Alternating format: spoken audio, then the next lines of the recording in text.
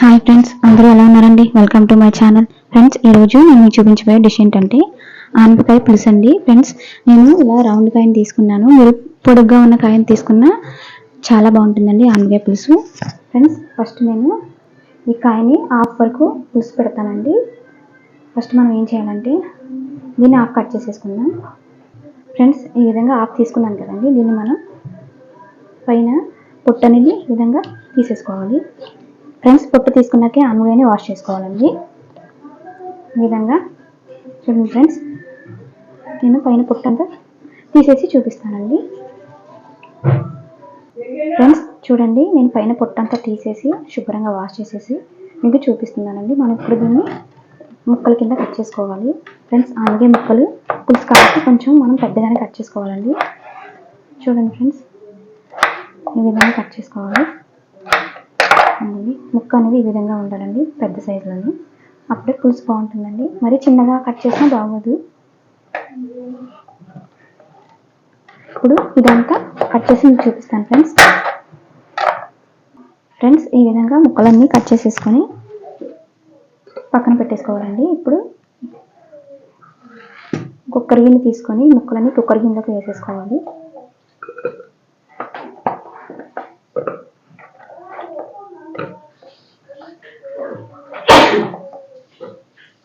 Friends, ఆనపకాయ ముక్కలన్నీ మనం కుక్కర్ గిన్నెలోకి వేసేసుకున్నాం కదండి.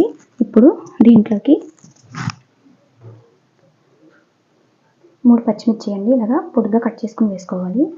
ఒక మీడియం సైజ్ ఆనియన్స్ని ఇలాగా కొంచెం లావుగా ఉన్నా పర్వాలేదండి, పొడుగ్గాని కొంచెం లావుగాని కట్ చేసుకుని వేసుకోవాలి.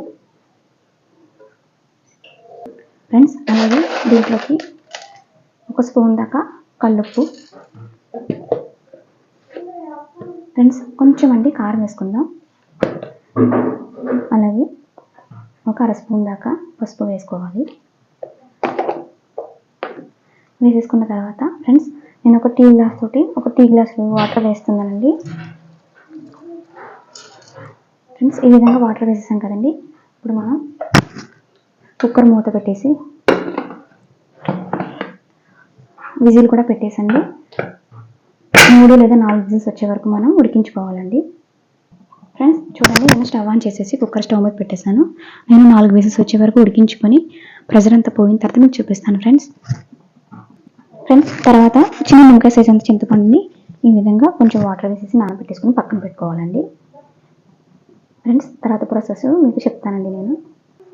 ఫ్రెండ్స్ చూడండి, కుక్కర్ 4 విజిల్స్ వేయించిన తర్వాత నేను మూత తీసేసి మళ్ళీ స్టవ్ మీద పెట్టేశానండి. ఇప్పుడు దీంట్లోకి మనం సరిపడా చింతపండు రసం అనేది వేసుకోవాలి.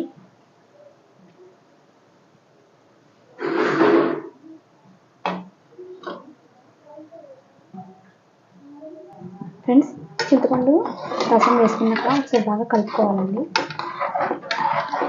కలుపుకొని ఇప్పుడు పులుపు ఉప్పు సరిపోయిన దగ్గర చూసుకోవాలి. ఫ్రెండ్స్, ఇప్పుడు దీంట్లోకి కాస్త సాల్ట్ యాడ్ చేద్దామండి. సాల్ట్ సరిపోలేదు. ఇంకొకసారి బాగా మిక్స్ చేసుకుని చింతపండు రసం వేసాం కదండి, ఒక 5 మినిట్స్ మనం దీన్ని ఇలాగా ఉడికించుకుందామండి. మనం వేసిన పులుపు అనేది ఆనపకాయ ముక్కలకి బాగా పడుతుంది. ఫ్రెండ్స్, పులుసు చూడండి, ఈ విధంగా ఉడుకుతున్నప్పుడు కొంచెం బెల్లాన్ని ఇందులోకి యాడ్ చేసుకోవాలండి. ఒకసారి బాగా మిక్స్ చేసుకుందాం ఫ్రెండ్స్.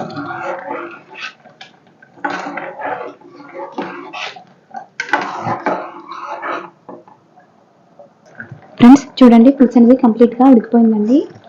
ఇప్పుడు ఈ పులుసుని పక్కన పెట్టేసుకొని మనం తాలింపు కోసం మరొక గిన్నెని పెట్టుకోవాలి.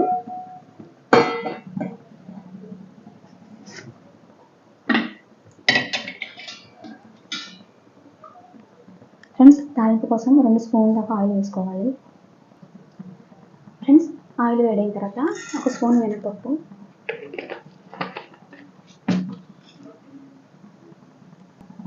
ఫ్రెండ్స్ 1 స్పూన్ ఆవాలు, 1 స్పూన్ జీలకర్ర, 1 ఎండుమిర్చి వేసుకొని ఫ్రై చేసుకోవాలి.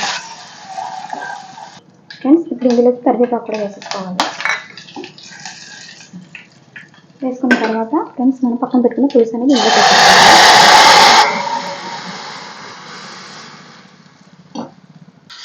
ఫ్రెండ్స్ చూడండి, మనకి పులుసు అనేది ఈ విధంగా కంప్లీట్ అయిపోయిందండి.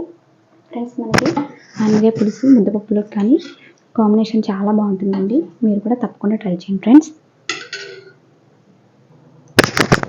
నేను చేసిన ఈ ఆనపకాయ పులుసు కనుక మీకు నచ్చినట్లయితే మా ఛానల్ లైక్ చేయండి, షేర్ చేయండి, సబ్స్క్రైబ్ చేసుకోండి. Thank you friends.